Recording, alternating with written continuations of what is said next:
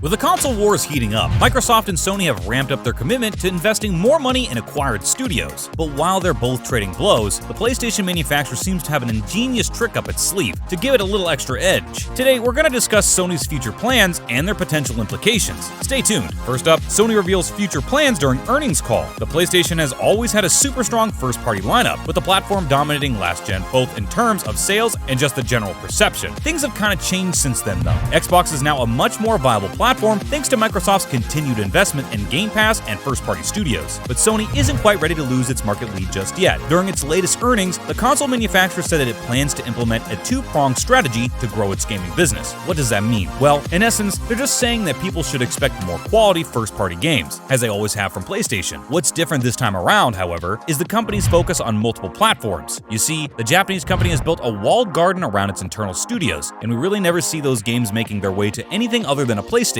After all, that's been their plan for a very long time, and it's worked wonders for them until now. With the gaming landscape switching over to a more subscription-based model though, things have started to get a bit more complicated. You see, people are just not willing to spend $70 on a game anymore, and we've also got massive supply chain issues, so we don't have many PlayStation 5 consoles out in the wild anyway. As a result, Sony has decided to diversify its game releases and look toward other platforms as well. Now, if you're wondering whether you'd be able to play the next God of War game on your Switch or Xbox, then no, that's probably never going to happen in this timeline. With that said, if you have a PC, there's a good chance that these future first-party games will make their way to Steam. Next, first-party investment still important for PlayStation. People come to PlayStation for their blockbuster first-party franchises like The Last of Us and God of War. So it's no surprise that the company has decided to double down on its strengths and invest even more money into its studios. During the same earnings call, Sony execs also revealed that they're pledging an extra $308 million for their existing studios like Guerrilla and Santa Monica. According to them, despite stronger competition from Nintendo and Microsoft, their sales have continued to outgrow their expenses, so it's only fair that they aim even higher. After that, Sony also pulled out a chart showing the growth of sales and development costs over the past 5 years. Now, there's a very low chance that we're going to see the fruits of this extra cash anytime soon, but with the way things are going, at least we know that we won't lose the definitive Sony first-party experience. Plus, the Japanese company's game output is still somehow more efficient than Xbox, despite not having unlimited money like Microsoft. And now, more acquisitions and live service games are on the way. When Sony made the promise of developing more live service games after the Bungie acquisition, people weren't happy. You see, gamers view types of experiences super negatively as they've been kind of exploitive and unpolished in the past. These days though, more than half of new releases are live service games, as it's just become a word to describe something with continued support. So in reality, it ain't actually that bad. But of course, these games are still cash cows, as they continue to generate revenue after they're in the hands of consumers. Now, this is the opposite of your usual PlayStation experience, where games are usually more of a one-and-done thing. However, the industry is changing and even Sony needs to adapt. No, there's no need to worry. These live service games will come on top of the blockbuster lineup that they're already delivering, plus they need stuff to put into the new PS Plus premium service. Now, 10 ongoing games seem like a pretty big deal, especially when Sony only has just over a dozen studios. Besides, a lot of these teams aren't even well equipped to make these things despite Bungie's involvement. They're not going to just sit on their laurels though, as according to Sony president Jim Ryan, they've still got their shopping cart out for more studio acquisitions. Having said that, the industry is super volatile right now, and studios are being sold left and right. For instance, even Embracer has beefed up its already massive catalog of studios by buying a bunch of Square Enix teams recently. So Sony needs to kind of hurry up and do something before it runs out of studios to buy. Up next, Sony's losing ground in the console war. When Xbox decided to step up its game by buying Activision Blizzard for almost $70 billion, Sony had to react and do something about it. And that's exactly what it did when it decided to drop some of its own billions on Halo and Destiny creator Bungie. Of course, this deal was nowhere near as big as Microsoft's. Sony doesn't have that kind of money either, but sometimes all you've got to do is make a statement. Despite these efforts though, things aren't exactly going as well as they'd hoped. The supply chain issues are affecting the Japanese company more than its rivals. Not only that, but they've also kind of started to lose ground in their home country as the Xbox Series S outsold the PlayStation 5 for the first time in 8